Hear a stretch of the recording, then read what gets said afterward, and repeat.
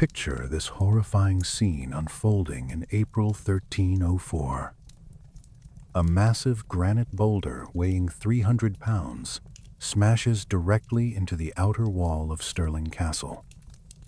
The impact is devastating. Stone explodes into deadly shrapnel. A Scottish defender standing too close is crushed instantly by falling masonry, his body pulverized. Dust and blood spray into the cold Scottish air, mixing with the morning mist. But you don't hear his scream of agony. You don't hear the sickening crunch of bones breaking. You only hear the polite, refined clinking of wine goblets being raised in a toast. You're standing inside a custom-built luxury timber cabin with glass windows, an extravagant expense in 1304. Looking through the expensive imported glass, you watch the carnage unfold like it's a puppet show, like it's entertainment. Sitting next to you in an embroidered chair is Queen Margaret of England, watching the systematic destruction of human beings as if it were a theatrical performance. She takes a sip of wine. She points at something interesting happening on the walls. She's enjoying the view. This is the Siege of Stirling Castle. King Edward I of England didn't just bring a massive army to kill his enemies. He built a private royal theater box so his wife could watch the suffering in comfort. He turned warfare into spectator sport, while the 30 men inside the fortress slowly starved, eating leather boots and scraps, while they put out fires and patched walls with their bare hands. The English court turned their agonizing suffering into lunchtime entertainment with refreshments. This single chilling detail reveals the true terrifying nature of the man they called Longshanks, the long-legged one, because he stood 6 feet 2 inches tall when the average man was 5'6". He didn't just want a military victory. He wanted a performance, a show. He wanted to demonstrate his power. And when the defenders tried to surrender to end their misery, he would reject that surrender just to make absolutely sure the show went on until the final curtain, until he was satisfied. Before we dive into this story of engineering, obsession, and the human cost of ego, smash that like button and subscribe to Maproom Battles for more forgotten truths that challenge what you think you know. Drop a comment telling me where you're watching from. It's incredible. We're exploring medieval sieges together across centuries, connected by our shared need to understand what drives people to resist impossible odds. Now let's unleash the wolf. April o mietrei sute patro. The rest of Scotland had already fallen like dominoes. The great Scottish lords had surrendered one by one. The rebellion that had burned so brightly under William Wallace lay in ashes. Only Stirling Castle remained standing, a jagged tooth of volcanic basalt rock jutting defiantly out of the earth, blocking the strategic path north to the Highlands. Inside this fortress, Sir William Oliphant and just 30 men locked the massive gates and dared the King of England to come and get them. Edward answered that dare with an avalanche of violence. He mobilized not one army, but 12 separate military contingents. He didn't march, he swarmed the landscape. Thousands of specialized workers flooded into the valley: engineers, miners, carpenters, blacksmiths, all turning the green Scottish fields into a muddy industrial complex dedicated to destruction. They dragged massive siege engines, some as large as houses, through the spring mud. They floated supply barges up the River Forth, loaded with stones, timber, iron, and food. At 65 years old, Edward should have been ruling comfortably from a throne room in Westminster, managing his kingdom through ministers. Instead, he personally rode the siege lines every day. He was a terrifying figure, even in old age, tall, white-haired, and possessed by a cold, efficient, calculating rage that frightened his own generals. He directed the bombardment personally, pointing at weak points in the walls. When a Scottish crossbow bolt struck his saddle during an inspection, he didn't flinch or take cover. When another bolt pierced his leg armor, drawing blood, he calmly pulled it out, remounted his horse, and rode even closer to the walls, shouting orders for his engineers to strip the lead off nearby church roofs to add weight to the catapult counterweights. He was willing to sacrifice the sanctity of God's houses for the destruction of his enemies. Inside the fortress, Oliphant's 30 exhausted men watched an entire empire assemble its machinery against them. They had no food reserves. They had no realistic hope of rescue. Yet every single time, the English heralds rode up under white flags demanding their immediate surrender, the Scots sent back a polite refusal. This stubborn defiance broke something fundamental in Edward's psychology.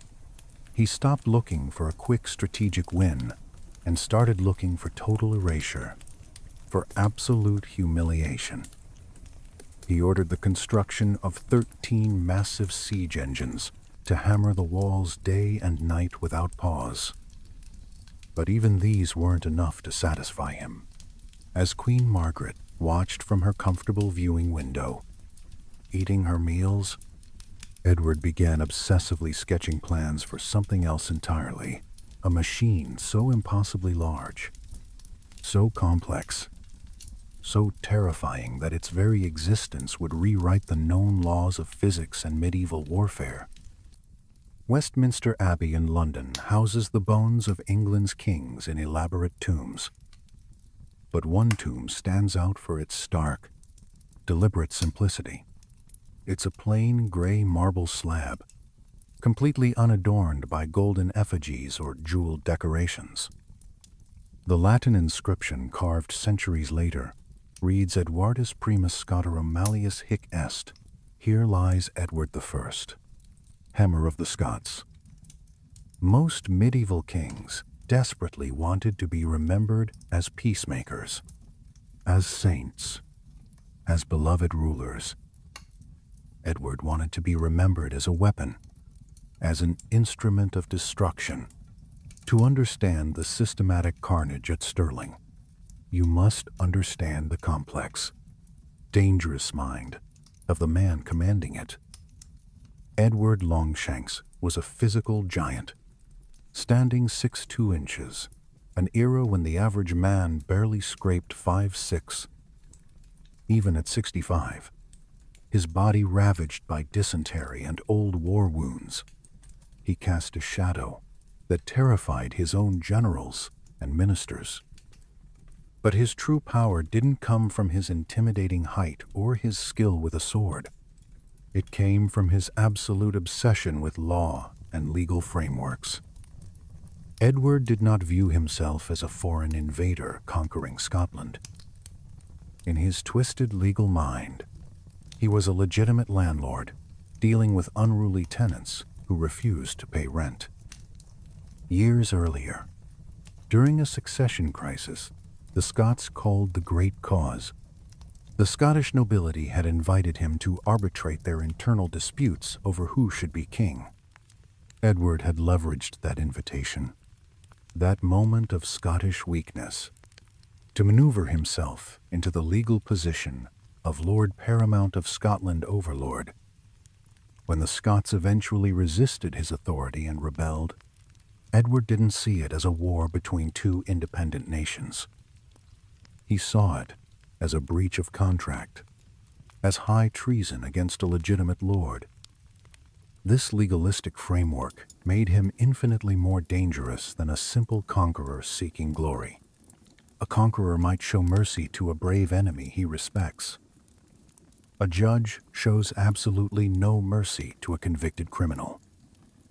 The military camp outside Stirling Castle reflected this terrifying bureaucratic order. It wasn't just a military bivouac of soldiers and tents. It was a mobile capital of England. Edward had brought his entire government apparatus with him into the Scottish mud. While massive trebuchets pounded the castle walls day and night, royal clerks sat in nearby tents, scratching out writs and legal judgments on parchment, keeping the entire machinery of English government running without pause. The justices of the King's Bench actually held formal court sessions within earshot of the slaughter, processing legal cases. This was the bureaucracy of death. Edward was proving an important point through this display. His rule was absolute, omnipresent, and utterly inescapable. He could govern all of England effectively while simultaneously dismantling a Scottish fortress. This fusion of administrative genius and absolute ruthlessness defined his entire character. He possessed a volcanic temper that could literally kill people. Historical records state that once, during a bitter dispute over taxation aimed at the clergy, he shouted at the Dean of St. Paul's Cathedral with such explosive ferocity that the elderly man collapsed and died of a heart attack on the spot. At Stirling, that concentrated rage was focused entirely on the 30 men inside the castle. He took their continued defiance as a personal insult to his divine right to rule. Every single day that the Scottish Lion rampant flag remained flying defiantly above the keep was a public questioning of his authority that he couldn't tolerate. To assert his total dominance over even minor details, he banned anyone in his army from hunting the local wildlife. The deer and wild boar of the surrounding forests were reserved exclusively for the king's table, even as his own soldiers grumbled over meager rations. He controlled the food, the law, the land, and the violence. He was God in this valley. Yet beneath the display of power, there was a desperate urgency driving his aggression. Edward knew with certainty that he was dying. His body was failing him, the dysentery, the old wounds. The hammer of the Scots knew that if he died before Stirling fell, before Scotland was completely pacified, the myth of his invincibility would shatter. His entire legacy would be questioned. He had to break this castle to cement his place in history. He pushed his engineers to work through the freezing nights. He ordered the construction of new machines, giving them specific, terrifying names designed to spread fear. He wasn't just throwing stones at walls. He was throwing his entire identity, his entire legacy against those defiant stones. He needed to prove to himself and to history that no stone, no man, and no nation could stand against the law and will of Edward Plantagenet. The cruel irony was palpable. The man who claimed to bring order and law to Scotland was about to unleash the most chaotic and destructive military force the medieval world had ever seen. Inside the castle walls, the world shrank to stone, sky, and terrifying silence between bombardments, while Edward's massive camp bustled constantly with the noise of an industrial city hammers, saws, shouting, wheels. The garrison at Stirling existed in a claustrophobic twilight. Trapped, Sir William Oliphant, the appointed governor of the castle, stood on the battered battlements every morning, looking down at a spectacle that defied belief. and human reason. Historical records paint a picture of military absurdity. Oliphant did not command a legion of thousands. He didn't even command a full regiment. He led a ragtag group of exactly 30 knights and men-at-arms professional soldiers. Even if you counted the porters who carried supplies, the cooks who prepared meals, and perhaps a monk or two to hear confessions. The total human population inside the castle was barely enough to fill a modern school bus. Against these 30 men stood the full, concentrated military might of England, Wales, and Gascony tens of thousands of soldiers. Oliphant was a man of the old medieval breed, increasingly rare by 1304. In the chaotic, brutal history of Scotland during this period, many nobles shifted their allegiances like weather vanes, following the path of least resistance and most profit. Oliphant stood absolutely still on principle. He had sworn a sacred oath years earlier to keep this fortress for King John Balliol, who was currently living in exile in France. Powerless. To Oliphant, an oath was not a political maneuver or a negotiable contract. It was the fundamental architecture of his soul, his identity. He would not break it, even if the man he'd sworn it to had long since lost any power to reward or save him. But the true tragedy of the Stirling garrison wasn't just their tiny numbers. It was their profound ignorance of the larger situation. They fought with determination because they genuinely believed help was coming any day. They looked north every single day, scanning the empty horizon desperately for the banners of John Comyn, the Guardian of Scotland. They believed the Scottish army was regrouping somewhere in the Highlands, marching south to break the siege, just as William Wallace had done at Stirling Bridge 7 years earlier in 1297. They were catastrophically wrong. The bitter truth they didn't know was that Comyn had already surrendered to Edward back in February, 2 months ago. The resistance had dissolved. The Scottish nobles were currently dining with Edward in his camp, perhaps even advising him on the best ways to crack Stirling's defenses. Oliphant and his 30 men were fighting courageously for a nation that had already ceased to exist. They were ghosts defending a graveyard, the last embers of a fire already extinguished. Conditions inside the fortress deteriorated with terrifying speed. Stirling was a strong fortress, certainly, but it was not designed to house men completely cut off from the outside world for months. The food stores barrels of salted beef, sacks of dried peas, barrels of ale began to dwindle alarmingly within the first month. Strict rationing began immediately. The water in the wells grew increasingly stagnant. But the psychological toll was far heavier than the physical hunger. Imagine the long, cold nights. The English army surrounded the castle completely with thousands of campfires, creating an unbroken ring of light that turned the entire night sky an eerie orange.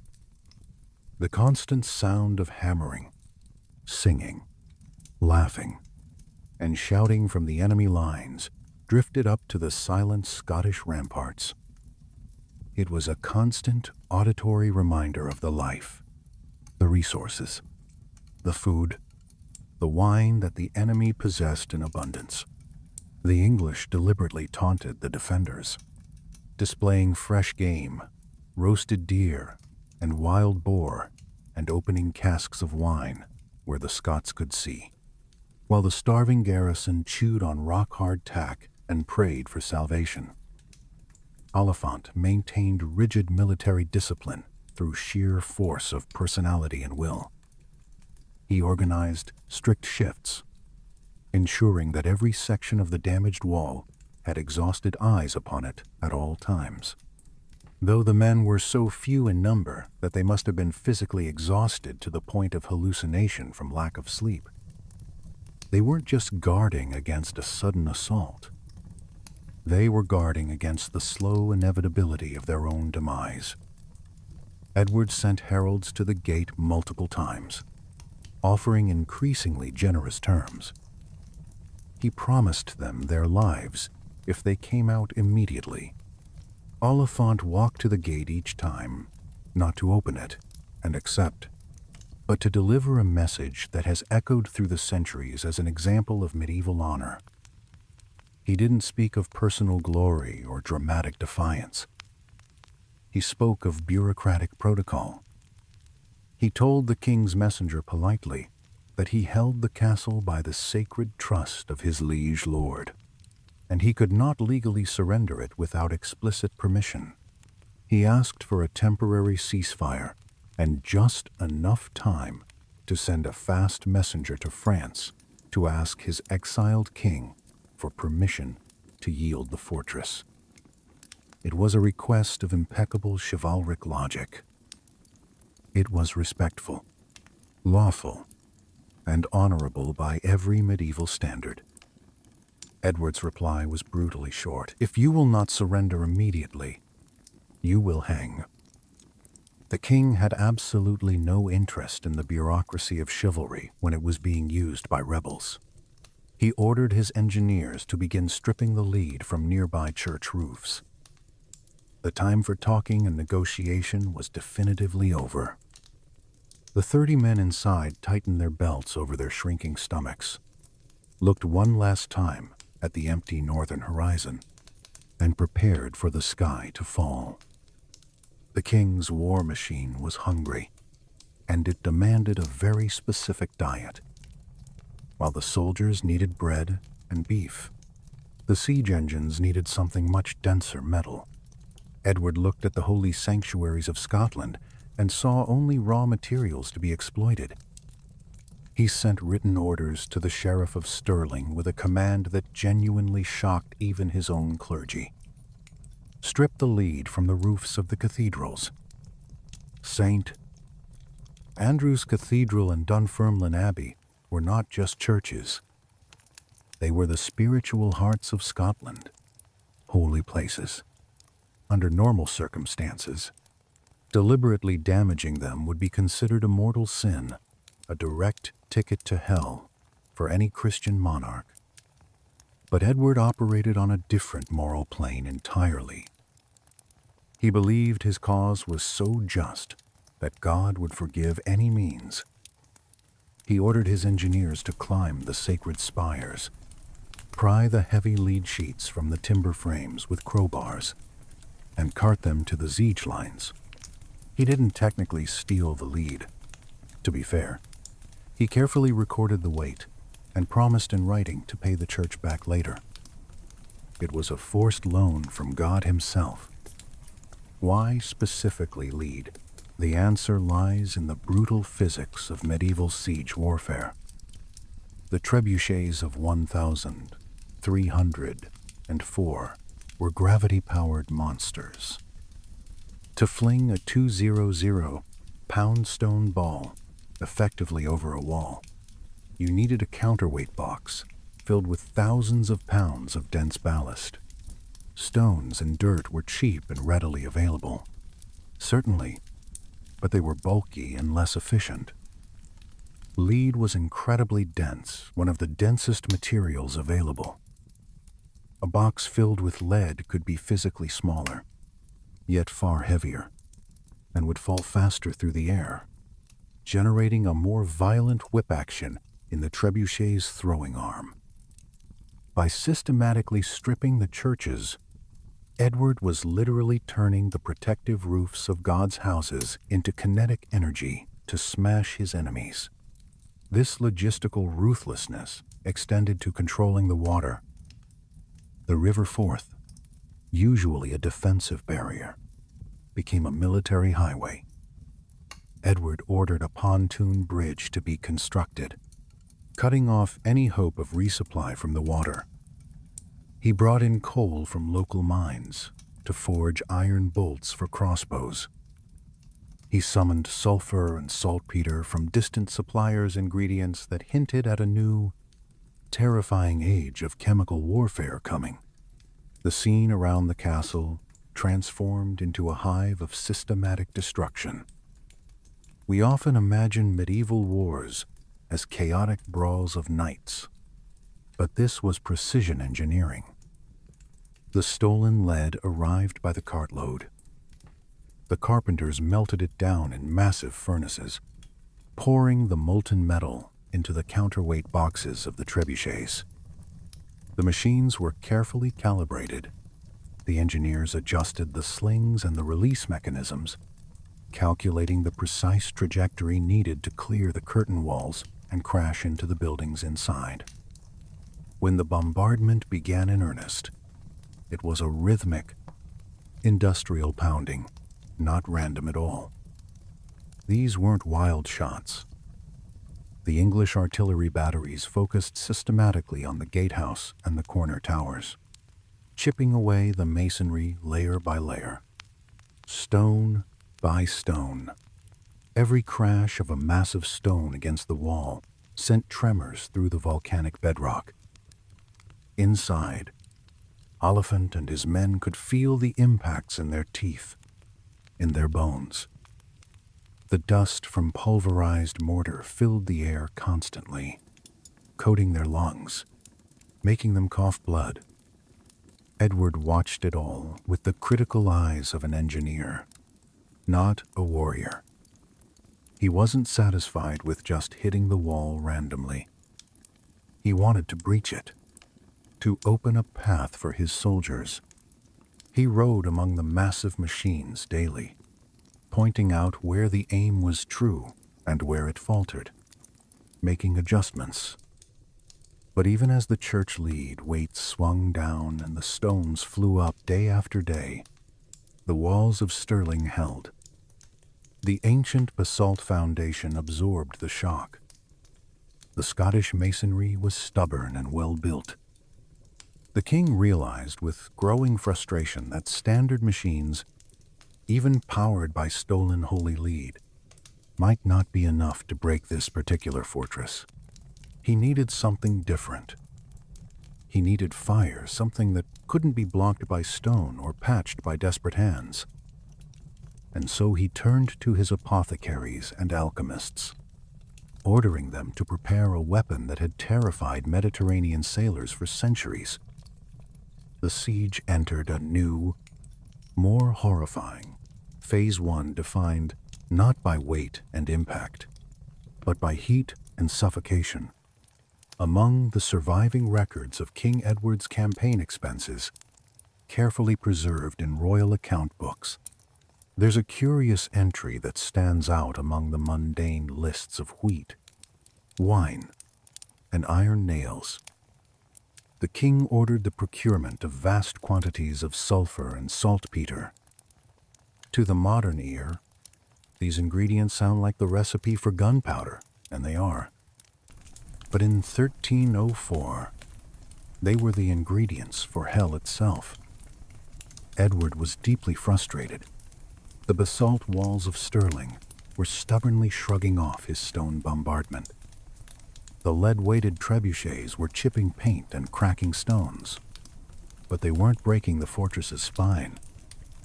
So he decided to try to bake the defenders alive. He unleashed a weapon that contemporary chroniclers often referred to generically as Greek fire, though they knew it wasn't the real Byzantine secret. True Greek fire was a closely guarded Byzantine state secret, a liquid flame that could burn on water, the exact composition of which is still debated and unknown today. What Edward used was likely a European derivative, a sticky, viscous cocktail of pine pitch, animal fat, sulfur, and oil. When ignited, it didn't just burn normally, it clung to surfaces. It stuck to stone, wood, flesh, and clothing with equal tenacity. Water would not extinguish it. In fact, pouring water on it often spread the burning oil, carrying the flames into the cracks of the masonry. The English engineers loaded clay pots and wooden casks filled with this incendiary mixture into the leather slings of their catapults. They lit the fuses, rags soaked in oil, and released the trigger arm. Imagine the view from inside the walls at night. You're slowly starving. Your nerves are completely shredded by weeks of constant bombardment. You haven't slept properly in days. Suddenly, streaks of orange fire arc over the walls like comets, trailing black smoke against the stars. They look almost beautiful for a single heartbeat until they shatter on the thatched roofs of the stable blocks and the wooden hoarding protecting the walkways. The castle erupted in flame. The smell would have been absolutely overpowering, the rotten egg stench of burning sulfur mixing with the acrid smoke of tar and the sickening smell of burning flesh, if anyone got splashed. Fire in a siege creates a terrifying paradox. You're trapped in a stone box. You cannot leave because the enemy is waiting outside to kill you. But you cannot stay inside because the air is turning to poison and the heat is becoming unbearable. The defenders had to scramble desperately, using sand and raw, wet animal hides to smother the flames. All while English crossbowmen positioned outside picked them off by the light of the very fires they were trying to extinguish. This use of chemical weaponry reveals the depth of Edward's military modernization. He was not a king stubbornly clinging to the past and old ways. He was an innovator of death, willing to use money and cutting-edge science to solve tactical problems. The fire-throwing was psychological warfare at its absolute peak. It denied the garrison their ability to sleep. It threatened their precious food stores with complete destruction. It turned their sanctuary into a suffocating oven. Yet, incredibly, against all odds, Oliphant and his exhausted men managed to put the fires out. Through sheer exhaustion, burned hands, and blistered skin, they saved the keep from complete destruction. The blackened, scorched walls of Stirling stood defiant in the morning light, scarred, smoking, but unbroken. This resilience should have earned Edward's grudging respect. Instead, it only deepened his dangerous obsession. Fire hadn't worked to force surrender. Impact hadn't worked. Starvation was proving too slow for his impatient ego. Edward looked at his impressive array of engines, the standard trebuchets, the mangonels, the battering rams, and decided they were all too small, too weak. He needed sheer volume of fire that would make resistance physically impossible. He turned to his master engineer, Master James of St. George, the greatest military architect in Europe, and ordered the construction of a battery of machines so numerous they would be given a collective biblical name. He called them the 12 Apostles. But unlike the biblical figures who brought good news and salvation, these apostles brought only a rain of granite that would never stop. Edward changed tactics fundamentally. If quality and precision could not break Stirling, then quantity and volume would. He ordered his engineers to array a battery of smaller to medium-sized siege engines in a tight arc around the forecourt of the castle. There were exactly 12 of them. In a twist of dark humor typical of medieval soldiers, the English army christened these machines the 12 Apostles. But instead of spreading the word of God through preaching, they were designed to deliver a sermon of concussion and terror. This was the beginning of an acoustic nightmare. Until this point, the bombardment had been heavy, but sporadic. Loading a single trebuchet takes significant time. You have to manually winch down the arm, load the stone ball, check the sling for tears, and carefully aim. This process leaves gaps of blessed silence between shots where defenders can breathe. The 12 apostles were completely different by design. Edward ordered them to be fired in a carefully coordinated rolling barrage. As one machine released its stone, the next was priming its sling, and the third was being loaded by its crew. The result was a continuous, rhythmic drumbeat of destruction that did not stop for meals, for prayers, or for sleep. The bombardment became a constant. Imagine the soundscape inside the keep. Stone fortress walls act like amplifiers for sound. When a 90-pound rock strikes the outer curtain wall at high speed, the impact travels through the solid basalt foundation and vibrates up into the soles of your feet like an earthquake. It's a low-frequency thud that rattles the teeth in your skull and makes your organs vibrate. Following the initial impact comes the sound of shattering masonry, a sharp, grinding tear as centuries-old granite is pulverized into powder and dust. Then there's the noise of the incoming missiles themselves. Large stones, traveling at speed, don't fly silently.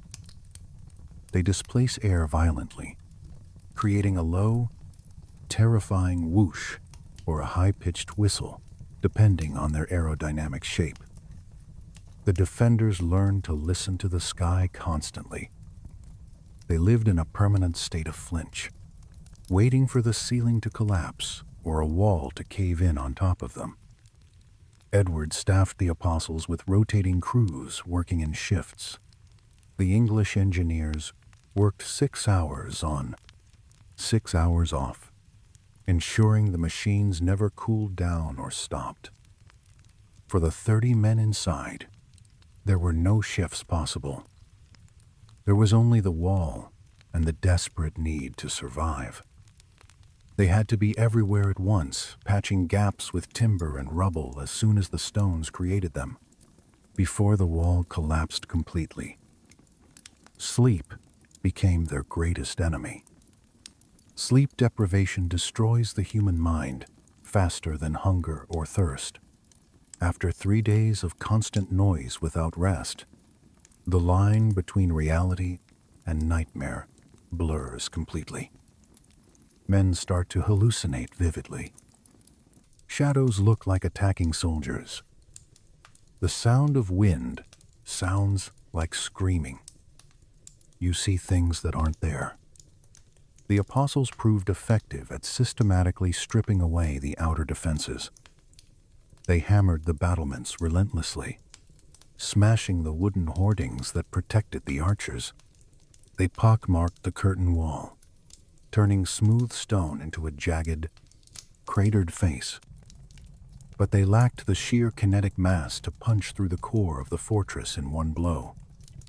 They were jackhammers trying to break open a bank vault. The resilience of the castle began to look supernatural to observers. To the English soldiers shivering in the muddy camps, watching day after day, it seemed genuinely impossible that a handful of starving Scots could keep patching the holes and even shooting back occasionally. Wild rumors spread through the camp that Oliphant had made a pact with the devil himself. How else could they possibly survive the fire?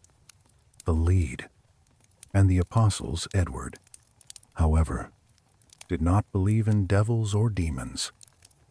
He believed only in engineering and superior force. He rode out personally to inspect the cumulative damage caused by his 12 machines and saw only failure. The walls were heavily scarred, yes, but they were still standing. The gates were damaged but not breached. The apostles had failed to convert the Scots to surrender. The king's legendary patience evaporated completely. He had spent months on this single siege. He had emptied significant portions of his treasury. He had brought his wife to witness a glorious victory, and instead, she was watching a frustrating stalemate.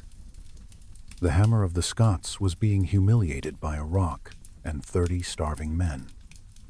He ordered the apostles to continue their suppressive fire to keep the defenders busy, but his restless mind had already moved on to the next level. He realized that conventional warfare had reached its absolute limit against this particular fortress. He needed to transcend the known limits of medieval military engineering. He summoned his master carpenter, Master James of St. George, and gave him a set of instructions that must have sounded completely insane. He didn't want another standard trebuchet. He wanted a monster.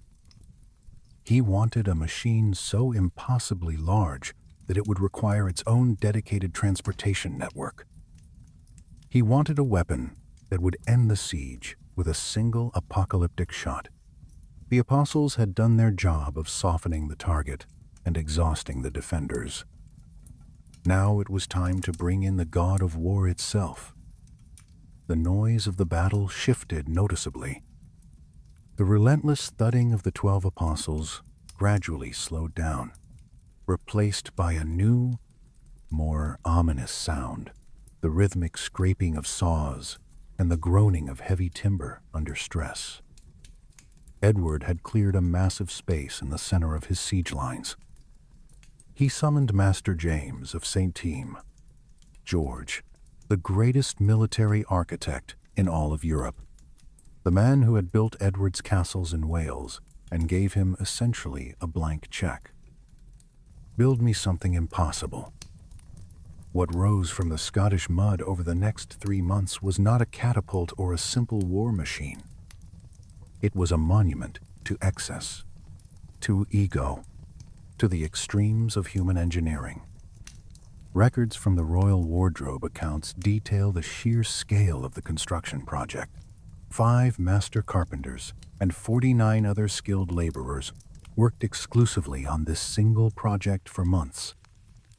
They stripped the surrounding forests completely of their tallest, straightest oak trees. When local timber wasn't sufficient, Edward ordered parts of his other functional siege engines dismantled and cannibalized to feed the beast. He was destroying his own army's weapons to build its king. They called it the Warwolf Trebuchet. In the original French of the royal court, it was Loup-Garou. The name itself was designed to spread terror, a predator that would devour stone walls. To understand why Warwolf was fundamentally different from anything before, you have to understand the physics. Standard trebuchets were terrifying enough, using a counterweight to whip a long arm around and fling a stone. But Warwolf was a masterpiece of scale that pushed engineering to its limits. Modern estimates based on the records suggest it stood as high as a 3- or 4-story building. Its throwing arm was a massive tree trunk reinforced with iron bands. The counterweight box was not a simple basket. It was a timber room the size of a small house, capable of holding tons of lead, rock, and earth 30 tons total. The engineering required just to make it stand upright without collapsing was baffling. It needed a foundation of solid beams sunk deep into the earth just to prevent it from toppling over backwards when it fired. The winding mechanism required dozens of men operating simultaneously, turning a massive capstan wheel to winch the arm down against the enormous pull of gravity. It was the medieval equivalent of an intercontinental ballistic missile sitting visibly on a launch pad for the starving, exhausted men inside Stirling Castle.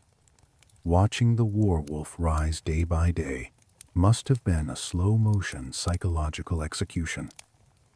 They could see it growing taller every morning, towering over even the curtain walls. They could see the ant-like figures of the English engineers climbing its scaffolding. It was a visible countdown to their destruction, and they were powerless to stop it. Edward became obsessed with his new toy. He paid the construction workers substantial bonuses to speed up the work. He inspected the ironwork personally, running his hands over the joints. This machine represented the culmination of his entire life's experience in warfare. It was the ultimate assertion of his power and will. He could alter the physical landscape itself to crush his enemies. By late July, after 3 months of construction, the monster was finally finished. It stood silent in the summer heat, a towering skeleton of wood and iron, casting a long shadow that reached toward the castle gate like a finger of death. The counterweight box was loaded with 30 tons of material. The sling was attached carefully. A stone ball carved specifically for Warwolf and weighing roughly 300 pounds heavier than 2 full-grown men was rolled into position. The sheer size of the projectile meant it wouldn't just crack the masonry like previous shots. It would pulverize it completely, turn it to powder. The 12 apostles fell silent for the first time in weeks. The archers lowered their bows. The entire English camp, thousands of men, stopped their work to look. Some climbed trees for a better view. The Warwolf was complete, hungry, and ready to feed. But before the order to fire could be given, something happened that Edward had not anticipated, had not planned for. The sight of the machine alone, just sitting there, had finally done what months of starvation, fire, and bombardment could not. The gate of Stirling Castle creaked open. The sight of the Warwolf was the final psychological straw. Inside the castle, the iron will of the garrison finally snapped. They had endured hunger that reduced them to walking skeletons. They had survived the Greek fire. They had withstood the 12 apostles' acoustic torture. But the physics of the giant machine sitting outside were undeniable and unavoidable. If that hammer fell, the walls wouldn't just breach, they would collapse entirely, burying everyone alive under tons of rubble. There would be no survivors. So Sir William Oliphant, after months of defiance, lowered the Scottish banner. A small group of envoys, gaunt and ragged, barely able to walk, emerged slowly from the postern gate. They carried the white staff of surrender. They walked carefully across the cratered, mud-churned no man's land toward the English lines, ready to beg for their lives. The siege was over. They had done everything possible. The English soldiers erupted in cheers. The Scottish Wars of Independence were finally finished. But Edward Longshanks did not cheer or celebrate. He stood staring at his magnificent, unused machine, and his face darkened with anger. He had spent 3 precious months building the Warwolf. He had stripped churches of their lead. He had emptied significant portions of his treasury. He had brought the Queen of England all the way to Scotland to witness a spectacular show. And now these inconvenient Scots were trying to ruin everything by quitting early, before the finale. In a move that stunned both his own shocked generals and the confused enemy, Edward refused the surrender. The historical records are chillingly precise about this moment. The king sent the exhausted messengers back. He told them essentially that their timing was inconvenient, that he wasn't ready yet. He had not yet had the satisfaction of seeing his great engine actually fire. He ordered the starving garrison to return immediately to the castle and wait inside for his signal. This defies all military logic and precedent. The goal of any siege is to take the castle with minimal loss of life and time. Edward had the castle in his hand. The defenders were surrendering.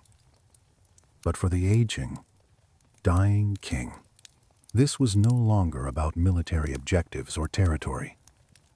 It was about validation of his efforts. He needed to know if the werewolf actually worked as designed.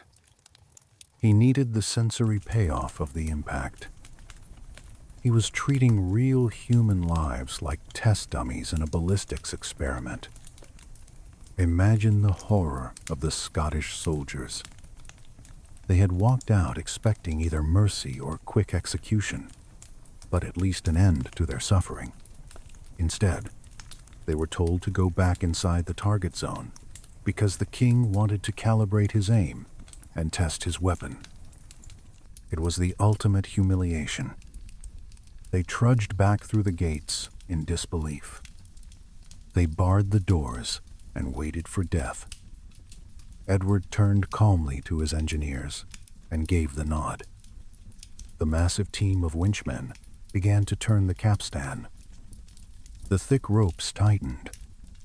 The giant counterweight box filled with 30 tons of lead and earth rose slowly into the air. The timber frame creaked and groaned under the immense tension. A profound hush fell over the entire valley. Even the birds went silent. The king wasn't just sending a message to Oliphant and his 30 men. He was sending a message to the future, to history. He was stating clearly that his will was the only law that mattered in this place. The laws of war, mercy, and logic were secondary to his personal desire to see his creation work. He stood there, perhaps glancing up at Queen Margaret in her viewing window to ensure she was watching closely, and waited for the moment of release. The surrender had been rejected. The stage was reset. The werewolf was hungry. The master engineer raised his hand, then dropped it. The trigger pin was hammered out. For a split second, the only sound was the massive groan of wood under catastrophic stress. Then gravity took over with a vengeance. The 30-ton counterweight box plummeted toward the earth. The 80-foot-long throwing arm whipped upward with violence that threatened to tear the machine apart. The 300-pound stone ball left the sling at terminal velocity. It didn't arc gracefully through the air like an arrow. It blurred a gray streak of death aimed directly at the gatehouse. When it struck, the result was not a thud or a crack. It was an explosion of stone. The impact was so severe that chroniclers reported the entire curtain wall shook as if struck by an earthquake. People felt it through their feet a mile away. The stone didn't just breach the wall. It punched completely through the outer defenses and smashed into the internal structures behind, shattering masonry, timber, and potentially bone alike. A massive cloud of pulverized granite dust rose into the summer air, momentarily obscuring the entire castle from view. One shot. That was all it took to prove Edward's point. The werewolf had turned the castle's strongest defensive point into a pile of gravel and rubble. Edward watched the dust settle slowly. He nodded with satisfaction. The experiment was a success. The machine worked perfectly. His ego was satisfied. His legacy was secure. Only then, with the echo of the devastating impact still rolling through the valley, did he grant the permission he had withheld hours earlier. Now the Scots could surrender. But Edward was not finished with his theatrical performance. He demanded that the surrender be performed according to a specific ritual of total humiliation. Sir William Oliphant and his surviving men, barely 25 of them still alive now, were ordered to exit the ruined castle, not as soldiers with honor, but as penitent sinners begging forgiveness. They emerged from the ruins of the gatehouse. They were stripped of their armor and their weapons. They were barefoot. Their tunics were unbuckled, hanging loose like rags. In a final gesture of submission, they were forced to sprinkle dust and ashes on their own heads, a biblical symbol of mourning and repentance. They walked across the broken ground toward the king, carrying not swords, but coils of rope around their necks, signifying that their lives were completely forfeit and they were ready to be hanged at his whim. The queen, still watching from her comfortable glass window, saw the end of the play. The Lion of Stirling was now just a starving man in a dirty shirt, kneeling in the mud before the hammer. Edward looked down at them from his horse. By the laws and customs of the time, he had every legal right to execute them all. They had cost him a fortune. They had wasted months of his time. They had embarrassed him. But Edward was a calculating politician as much as a killer. He knew that publicly hanging these scarecrows would make them martyrs, would give the Scottish resistance martyrs to rally around. Instead, he chose a colder, more lasting punishment. He spared their lives, but he erased their freedom completely. Sir William Oliphant was bound in heavy chains and sent south to the Tower of London. He would rot in a damp cell for years, a living trophy of Edward's victory. Forgotten, the other survivors were scattered to various dungeons across England, like loose change, their names lost to history. The victorious English army looted the castle systematically. They marveled at how little food was left in the stores, just a few desiccated beef carcasses and some dry beans. They looked at the blackened walls where the Greek fire had burned, and at the massive crater where the war wolf had bitten. They realized with dawning respect that they hadn't been fighting an army. They had been fighting ghosts, dead men who refused to lie down. Edward rode away from Stirling in triumph. He had unified Britain under English rule. He had crushed the rebellion. And he had built the ultimate weapon to cement his legacy. In his mind, the Scottish Wars of Independence were definitively over. He had won the game. But history has a way of punishing hubris and overconfidence. The king thought he had broken Scotland's spine, but he had only broken its bones. The spirit, that intangible, dangerous thing, had escaped the castle walls and was already finding a new host. Edward Longshanks left Stirling in the summer of 1304, absolutely convinced that he had won the game. He had checked every box on the strategic list. The enemy army was scattered. The rival king was in exile. The last fortress had fallen. He had deployed the ultimate weapon and terrified the population into submission. By every metric of medieval siege warfare, the conquest of Scotland was complete and irreversible. But history is rarely a straight line. It's a pendulum, and the harder you push it in one direction, the more violently it swings back. Just 3 years later, in July 1307, the Hammer of the Scots died of dysentery in a grim marsh near the Scottish border, still trying to crush resistance. His final wish to have his bones boiled down and carried with the army until Scotland was completely subdued was ignored by his incompetent son, Edward II.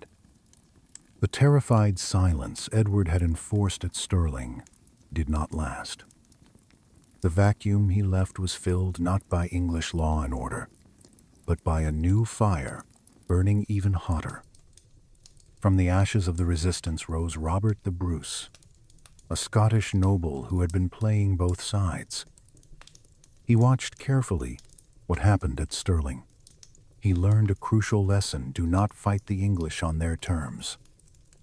Do not lock yourself in stone boxes where their superior engineers can trap you and their money can outlast you. Bruce adopted a revolutionary strategy of guerrilla warfare, moving fast, striking hard, and vanishing into the mist before the English could respond. He destroyed his own castles to deny them to the enemy. He realized that a nation is not defined by its buildings or its fortresses, but by its people and their will. And what of the war-wolf trebuchet? The greatest machine of its age. The weapon that cost a fortune and stripped the churches, it effectively vanished from history. It was a single-use monument to ego. It won a single demonstration, but it could not win the war. The Scottish Wars of Independence raged on for decades, ending not with English dominance, but with Scottish freedom, confirmed at the Battle of Bannockburn in 1314.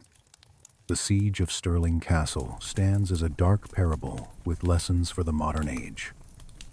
It's a case study in the military doctrine of shock and awe, the belief that if you just create enough terror, if you just build a big enough weapon, the enemy will lose the will to exist. Edward believed this completely. He was wrong. He broke the walls. He humiliated the defenders. He even imprisoned Sir William Oliphant for years. But he failed to understand the one thing that cannot be besieged or broken: the human capacity to endure suffering. Let's talk about the modern parallels, because they're everywhere. The Warwolf is every military project that prioritizes spectacle over strategy. It's the Death Star, the shock and awe of Baghdad, the superweapon that wins a battle but loses the war. Modern militaries still make this mistake. Think about the psychology of terror warfare. Edward thought the Warwolf would break Scottish will. It didn't. It galvanized resistance. Modern bombing campaigns follow the same failed logic. The London Blitz didn't break Britain. The bombing of Vietnam didn't break the Viet Cong. Terror often strengthens resolve. Think about the cost of ego in warfare. Edward rejected the surrender to test his weapon. Modern generals make similar decisions, continuing operations to justify budgets, refusing peace to validate strategy. How many lives are sacrificed to ego? Think about the viewing window, Queen Margaret watching carnage like entertainment. Modern drone operators watch targets on screens. Politicians watch wars on TV. The distance between violence and comfort allows us to treat suffering as spectacle. Think about the strip mining of churches for war materials. Edward took lead from sacred roofs. Modern wars consume cultural heritage, looting museums, destroying archaeological sites. War devours everything, including the sacred. Think about the acoustic torture of the 12 apostles. Modern psychological warfare uses similar tactics: sleep deprivation, constant noise, sensory overload. The Geneva Conventions ban these, but they still happen. Think about the David versus Goliath dynamic. 30 men held off an empire. Modern asymmetric warfare, Vietnam, Afghanistan, Iraq shows that superior technology doesn't guarantee victory. Will matters more than weapons. Think about the role of oaths and honor.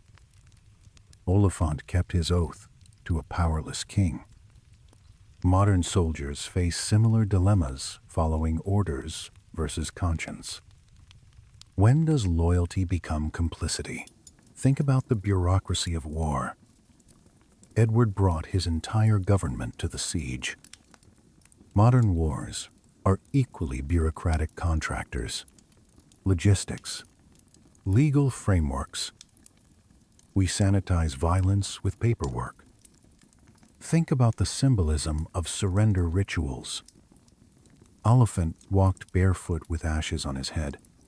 Modern surrender involves similar theater, the signing ceremony, the photo op. We ritualize defeat to make it palatable. Think about the engineering of death. Master James of St. George was a genius who built killing machines. Modern weapons designers face the same moral questions. Is brilliance in service of death still brilliance? Think about the problem of legacy. Edward needed Stirling to cement his reputation. It didn't work. He's remembered as a brutal tyrant. Modern leaders make the same mistake, thinking military victory equals historical legacy. Think about the law versus justice. Edward used legal frameworks to justify atrocity. Modern wars are full of legal gymnastics, enhanced interrogation, collateral damage. Legal doesn't mean moral. Think about the cost of occupying versus liberating. Edward conquered Scotland but couldn't hold it. Modern occupations fail for the same reason you can't force people to accept your rule. Think about the role of personality in warfare. Edward's obsession drove everything. Modern wars are equally personality-driven. Bush's Iraq, Putin's Ukraine. Individual psychology shapes mass violence. Think about the gap between military victory and political success. Edward won every battle, but lost the war. Modern military might doesn't translate to political goals. Vietnam won every battle, lost the war. Think about the ethics of starvation sieges. Modern Sieges, Sarajevo, Grozny, Yemen use the same tactic. Is starving civilians ever justified? International law says no, but it continues. Think about the problem of unconditional surrender. Edward demanded total submission. Modern wars struggle with the same issue. What terms are acceptable? Total victory is often impossible. Think about the role of allies.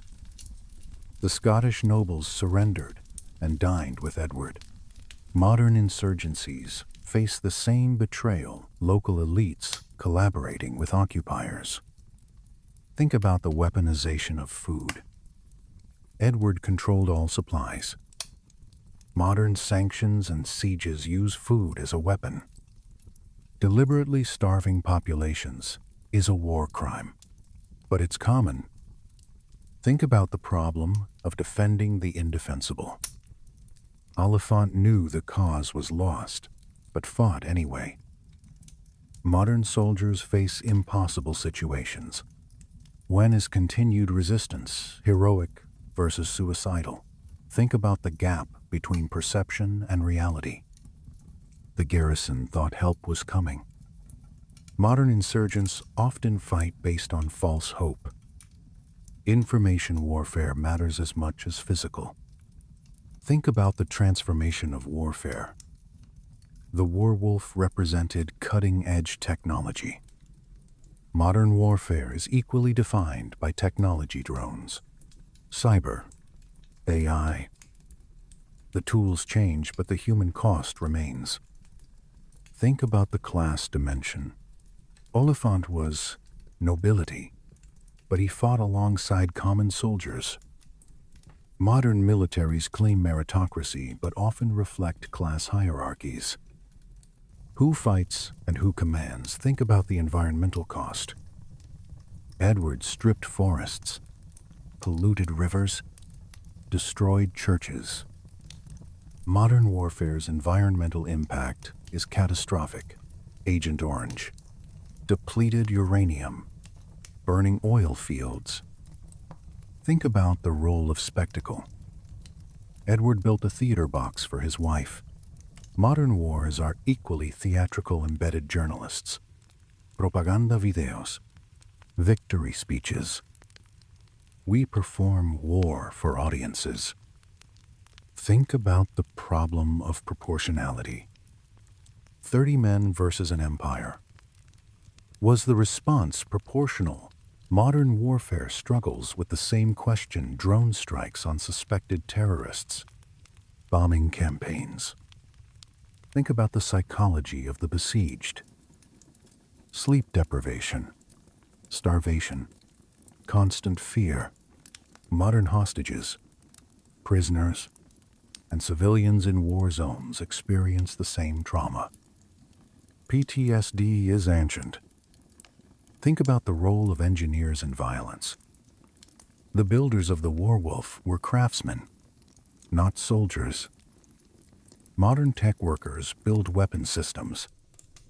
Are they responsible for how their creations are used? Think about the problem of collective punishment. Edward punished all of Scotland for Stirling's resistance. Modern sanctions, blockades, and military operations punish entire populations for their leaders' actions. Think about the limits of air superiority. Edward controlled the sky with projectiles but couldn't win. Modern air power is similar. You can bomb forever, but can't hold territory from the sky. Think about the role of narrative. Edward tried to write the story of Scottish submission. Bruce rewrote it as resistance. Modern conflicts are equally about narrative control. Who gets to tell the story? Think about the problem of legacy projects. The Werewolf was Edward's legacy. It became a historical footnote. Modern leaders build monuments, libraries, foundations. What actually survives? Think about the role of geography. Stirling's location made it strategic. Modern warfare is equally geographic choke points. Strategic depth, terrain. Some places matter more. Think about the economics of war. Edward bankrupted himself on Stirling. Modern wars cost trillions. The financial burden of military adventurism bankrupts empires Rome, Britain, Soviets, USA. Think about the problem of winning the battle, losing the war. Edward took Stirling but lost Scotland. Modern military victories that lead to strategic defeats: Iraq, Afghanistan. Tactical success doesn't ensure strategic success. Think about the role of resistance symbols. Stirling became a symbol even in defeat. Modern resistance movements create symbols, flags, martyrs, seat. Physical defeat can be symbolic victory. Think about the problem of generational trauma. Scottish children grew up with stories of English brutality. Modern conflicts create generational cycles: Ireland, Palestine, Bosnia. Trauma perpetuates conflict. Think about the ethics of collective memory. Should we remember Stirling as heroic resistance or futile waste? Modern historical memory struggles with the same questions about wars. Think about the role of technology transfer. The Werewolf's design spread. Modern weapons proliferate: drones, cyber tools, bioweapons. You can't uninvent technology. Think about the problem of institutional inertia. Edward's government kept functioning during the siege. Modern wars continue while governments operate normally. War becomes routine, bureaucratized. Think about the limits of legal frameworks. Edward used law to justify conquest. Modern international law is equally manipulated humanitarian intervention. Preemptive defense. Law serves power. Think about the role of duration. The siege lasted months. Modern conflicts last years, decades. Afghanistan, Iraq, Syria. The human cost of prolonged conflict is catastrophic. Think about the problem of exit strategies. Edward had no plan for after conquest. Modern interventions often lack exit strategies. How do you end a war you've started? Think about the role of individual actors in historical forces. Was Edward a great man shaping history or a product of his time? Modern great man theory versus structural explanations. Do individuals matter? Think about the problem of cultural destruction. Churches stripped for war. Modern conflicts destroy cultural heritage. Palmyra. Bamyan Buddhas. Museums. What's lost can't be recovered. Think about the ethics of command. Edward ordered subordinates to commit atrocities. Modern command responsibility. When are leaders accountable for war crimes committed by their forces? Think about the role of disease in warfare. Dysentery killed Edward. More soldiers throughout history have died from disease than combat. Modern militaries understand this vaccination. Sanitation matter. Think about the problem of succession. Edward II was incompetent. Modern leadership transitions during war are critical. The wrong successor can lose everything. Think about the role of climate and weather. Scottish weather affected the siege. Modern warfare is equally affected by environment mud in Vietnam, sand in Iraq. Nature matters. Think about the problem of desertion. Some Scots left before the end. Modern militaries face desertion, conscientious objection, refusal. When is leaving justified? Think about the role of religion in warfare. Edward stripped churches, but claimed Christian mission. Modern wars invoke religious justification while committing atrocities. Religion weaponized. Think about the problem of dehumanization. Edward saw Scots as rebels, not people. Modern warfare requires dehumanizing the enemy. How else could you kill them? Think about the role of documentation. We know details because Edward kept records. Modern warfare is documented, obsessively photos, videos, reports. Evidence of atrocity proliferates. Think about the ethics of reprisals. Edward's brutality inspired more resistance. Modern reprisals, collective punishment, torture often backfire. Violence breeds violence. Think about the problem of memory versus history. Scottish memory of Stirling differs from English records. Modern conflicts have competing narratives. Who controls the past? Think about the role of exhaustion. Both sides were exhausted by 1304. Modern wars of attrition, WWI. Iran-Iraq. Sometimes everyone loses. Think about the problem of occupation psychology. English soldiers watched Scots starve. Modern occupation forces face the same moral burden. What does it do to you? Think about the role of symbolism over substance. Edward needed the werewolf to fire for symbolic reasons.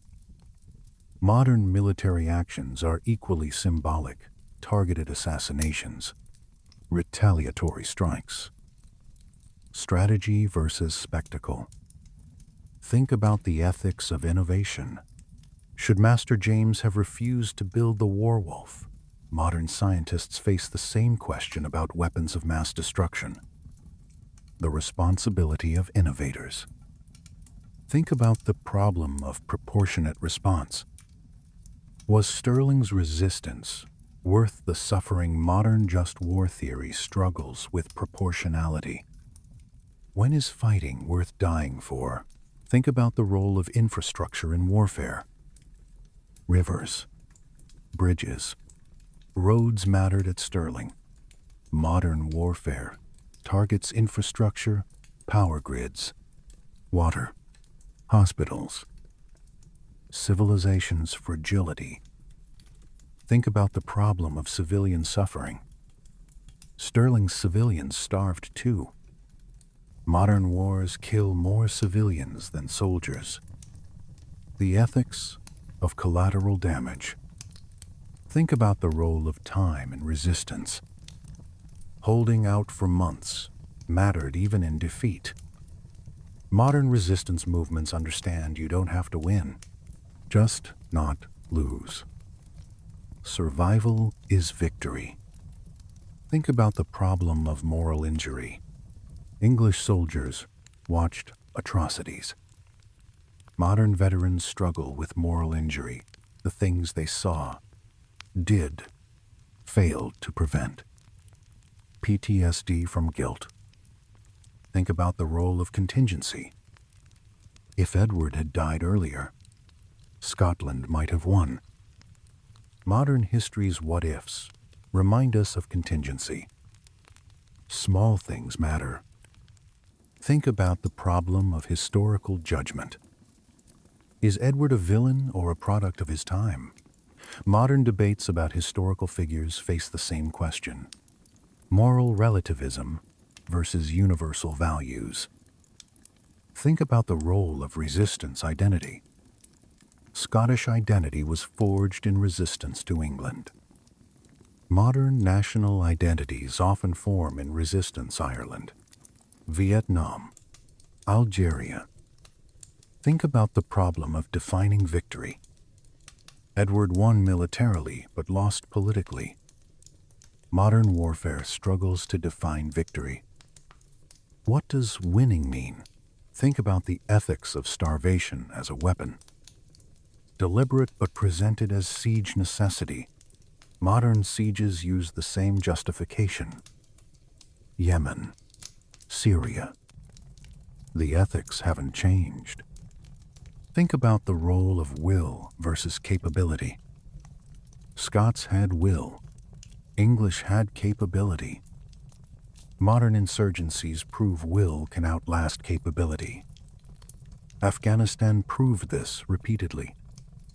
Think about the problem of technological solutions to political problems. Edward thought engineering could solve Scottish resistance. Modern militaries make the same mistake: drones, AI. Precision weapons can't solve political grievances. Think about the role of brutality in backfiring. Edward's cruelty inspired Bruce. Modern counterinsurgency theory recognizes this brutality creates more insurgents than it kills. Think about the problem of imperial overreach. Edward's Scottish wars drained England. Modern empires, Soviet, American overreach and collapse. Afghanistan, Vietnam, Iraq. Think about the ethics of forced surrender. Edward refused, then demanded humiliation. Modern wars struggle with surrender terms. Unconditional surrender is rare and often counterproductive. Think about the role of myth-making. Stirling became mythologized. Modern wars create myths immediately. Alamo, Thermopylae, last stands. Myth matters more than fact. Think about the problem of leadership under siege. Oliphant maintained discipline with 30 men for months. Modern leadership in crisis pandemic. Economic collapse. What makes someone follow? Think about the role of hope in survival. Belief that help was coming sustained the garrison. Modern prisoners, hostages, besieged populations survive on hope. False hope might be necessary. Think about the problem of accountability. Who was responsible for the suffering Edward? Oliphant. The system modern wars raise the same questions about responsibility. Think about the ethics of using cultural sites, churches as military resources. Modern conflicts weaponize cultural sites fighting in mosques, schools, hospitals. Think about the role of legal fictions. Edward's claim to be Lord Paramount. Modern wars use legal fictions, humanitarian intervention, self-defense. Law serves power. Think about the problem of the warrior class. Knights and nobles fought differently than common soldiers. Modern militaries have officers and enlisted. Class matters. Think about the role of diplomacy versus force. Could negotiation have avoided Stirling? Modern conflicts often have diplomatic solutions ignored in favor of military action. Think about the problem of unintended consequences. Edward's brutality led to Bruce and Scottish independence. Modern interventions have similar blowback. Iraq created ISIS. Afghan war created Taliban. Think about the ethics of collective identity. Scottish identity versus English rule. Modern conflicts over collective identity, ethnic, religious, national. When is separation justified? Think about the role of endurance as resistance. Simply surviving was an act of resistance. Modern marginalized communities know this endurance is defiance. Think about the problem of military spending. Edward bankrupted himself. Modern military budgets are trillion-dollar questions. What could that money do otherwise? Think about the role of information asymmetry. The garrison didn't know Common had surrendered. Modern warfare is information warfare. What you don't know kills you. Think about the problem of defining terrorism. Were the Scots rebels or freedom fighters? Modern terrorism debates use the same logic. Perspective matters. Think about the ethics of monumental architecture. Edward's siege engines as monuments. Modern military monuments. What do they commemorate? Victory, suffering, or waste? Think about the role of gender in warfare. Queen Margaret watching. Modern warfare is gendered. Who fights? Who watches? Who suffers differently? Think about the problem of historical comparisons. Is Stirling like Alamo? Masada? Thermopylae? Modern conflicts constantly invoke historical precedents. Are they valid? Think about the role of primary sources. We know details because of account books. Modern historians rely on documents. What's not recorded is lost. Think about the problem of strategic bombing. Trebuchets were medieval strategic bombing attacking morale. Modern strategic bombing from World War II to now. Does it work? Think about the ethics of leadership decisions. Oliphant chose to fight. Was he right? Modern leaders face life and death decisions. How do you know? Think about the role of narrative after defeat. Scotland turned defeat into mythology. Modern defeated nations do the same. Confederate lost cause. German Dolchstoßlegende. Narrative matters. Think about the problem of just war criteria. Did Stirling meet just war criteria? Modern wars claim justice while committing atrocities. Theory versus practice. Think about the role of military culture. Longshanks, hammer of the Scots warrior culture. Modern military culture creates similar identities. What does that produce? Think about the problem of civilian military gaps. Edward's court dined while soldiers fought. Modern civilian military gaps create similar disconnects. Who bears the burden? Think about the ethics of using prisoners. Oliphant was a propaganda tool. Modern prisoners are similarly exploited. Guantanamo. Show trials. Captivity as punishment and spectacle. Think about the role of environmental factors. Volcanic basalt made Stirling strong. Modern warfare is equally geographic and environmental. Think about the problem of escalation. From stones to fire to werewolf.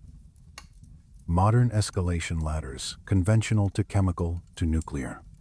Where does it stop? Think about the ethics of withdrawal. When should Edward have left modern withdrawal debates? Vietnam, Iraq, Afghanistan. How do you know when to quit? Think about the role of religion in resistance. Scots defended Christian Scotland. Modern religious resistance movements, IRA, Hamas. Religion as identity marker. Think about the problem of victory's cost. Edward won, but at what price? Modern Pyrrhic victories winning the battle, losing support at home. Think about the ethics of testing weapons on humans. Edward forced Scots back to test werewolf. Modern weapons testing raises similar ethical questions. Think about the role of class in resistance. Was Oliphant's oath aristocratic or honorable? Modern resistance crosses or reinforces class lines. Think about the problem of memory sites. Stirling Castle is now a tourist site. Modern battlefield tourism. What does it teach? Commemoration versus education. Think about the role of weather in warfare. Scottish weather, mud, affected everything. Modern warfare, climate change, will affect future conflicts. Think about the problem of defining defeat. Scots lost Stirling but won Scotland. Modern defeats that lead to victory. Vietnam lost battles, won war. Think about the ethics of using civilians as shields. Keeping civilians in sieges. Modern human shields debates Gaza, Syria. Deliberate versus inevitable. Think about the role of military innovation. Werewolf was innovative. Modern military innovation drives conflicts, drones, cyber. Innovation as escalation. Think about the problem of institutional memory. Did later English learn from Stirling's failure? Modern militaries claim to learn but repeat mistakes. Think about the ethics of writing history. Edward's records shape our knowledge. Modern history is written by document creators. Who's missing from the record? Think about the role of nationalism. Scottish nationalism was forged by resistance. Modern nationalisms form similarly always against someone. Think about the problem of state formation. Scotland became a nation through resistance. Modern state formation through conflict. Israel, Pakistan, South Sudan. Think about the ethics of proportionality. 30 defenders versus an empire. Modern proportionality debates in conflict. Gaza, drone strikes. What's proportionate? Think about the role of technology in changing warfare. Trebuchets changed medieval warfare. Modern technology changes constantly. What does that mean for ethics? Think about the problem of leadership, legitimacy. Edward claimed legitimacy. Bruce challenged it. Modern conflicts over legitimate authority, Syria, Venezuela. Who decides? Think about the ethics of collective punishment. Scotland suffered for Stirling. Modern collective punishment sanctions on civilians. Think about the role of resistance symbols in culture. Stirling in Scottish culture. Modern resistance symbols Che, Guy Fawkes, Katniss. Think about the problem of historical determinism. Was Scottish independence inevitable? Modern determinism debates is history fated or contingent. Think about the ethics of memory and forgetting.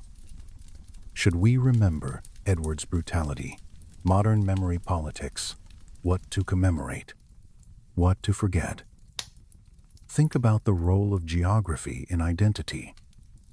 Scotland's geography shaped resistance. Modern geography and identity, mountains, rivers, borders matter. Think about the problem of defining war crimes. Was Stirling a war crime? Modern war crimes definitions, evolving standards. Think about the ethics of historical comparison. Every resistance compares itself to past resistance. Are the comparisons valid? Think about the role of leadership charisma. Oliphant inspired 30 men. Modern leadership studies focus on charisma. Can it be taught? Think about the problem of exit dignity. Edward wanted total submission. Modern conflicts struggle with face-saving exits. Pride kills. So what's the final lesson of Stirling Castle? It's this: stone walls crumble and kings turn to dust. But the story of resistance endures. Edward I had everything: money, technology, manpower, time. He had the ultimate weapon. He won every battle. But he lost the war because he fundamentally misunderstood what he was fighting. He thought he was fighting a fortress. He was fighting an idea. He thought he could engineer a solution to a political problem. He couldn't. The 30 men of Stirling achieved something extraordinary, not through victory, but through endurance. They showed that an empire, for all its resources, can be stalled by a handful of people with enough conviction. They proved that will matters more than wealth. Edward is buried in Westminster Abbey under a slab celebrating him as Hammer of the Scots. But hammers are crude, brutal tools. They can smash, but they cannot build. They can break, but they cannot create. The true legacy of 1304 isn't the genius of the werewolf or the cruelty of the king. It's the memory of those who looked into the mouth of the wolf, saw the fire and fury and overwhelming force, and decided to hold the line anyway. Because in the end, stone walls may crumble, kings turn to dust, empires collapse, but the story of the underdog who refuses to yield, who endures when logic says, surrender, that story stands forever. That's what we remember. That's what inspires. Not the werewolf. Not Edward's laws. Not his mighty empire. We remember 30 starving men who said no to the most powerful king in Europe. We remember that sometimes resistance itself is victory, that surviving is winning, that refusing to break matters more than tactical success. The Siege of Stirling Castle teaches us that technology cannot substitute for justice, that overwhelming force cannot crush the human spirit. That spectacle is not strategy. That humiliation breeds resistance. That ego in leadership is catastrophic. That documented atrocity becomes historical judgment. That today's conquered become tomorrow's liberators. That geography matters. That will outlast wealth. That myths matter more than facts. That resistance inspires. That brutality backfires. That empires overreach. That the costs of war are never worth it. That memory is power. That endurance is heroism. The war-wolf fired once. Stirling's resistance echoes for 700 years. Which mattered more, if you found value in this story of engineering, ego, and endurance? Smash that subscribe button for Maproom battles, and turn on notifications for more forgotten history. I want to hear from you. Was Oliphant brave or foolish for holding out against impossible odds? Would you have surrendered earlier or held the line? Could you endure what they endured? Let's debate in the comments. And here's the bigger question for your own life. What would you refuse to surrender, even when logic says you should? What fortress are you defending in your own life? The 30 men of Stirling didn't die for nothing. They died proving that some things matter more than survival. That resistance itself has value. That saying no to overwhelming power is sometimes the only moral choice, even when you know you'll lose. Thanks for watching. Remember, the walls fell. The kingdom rose. Edward's bones are dust. But the story of Stirling endures. Sometimes losing is winning. Sometimes resistance is the victory. Sometimes holding the line is enough. Keep your own walls standing. Hold your own line. Refuse to break. That's the lesson of Stirling Castle.